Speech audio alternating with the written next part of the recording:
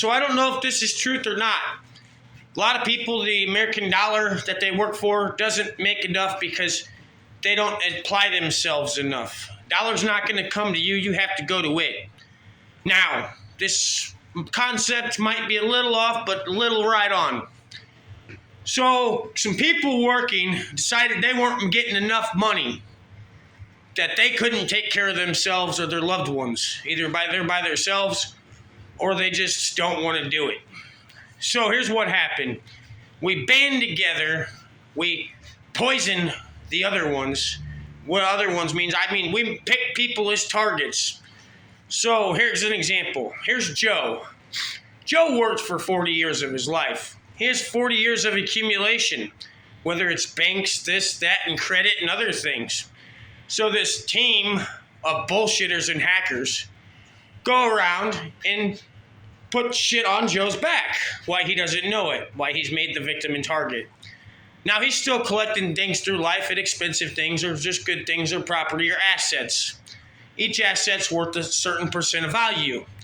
Now you have these bullshitters that are working together trying to attack Joe after they've ruined his life with credit and whatever they could.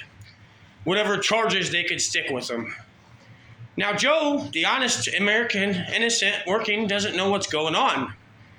But Joe's getting screwed pretty hard and royally, all the way to his death. Afterwards, you have everybody celebrating, spending his house, his cars, taking his possessions, and clasping one another, doing drugs, having sex, and not doing anything more. Because they just got $500,000 or $100,000 from Joe.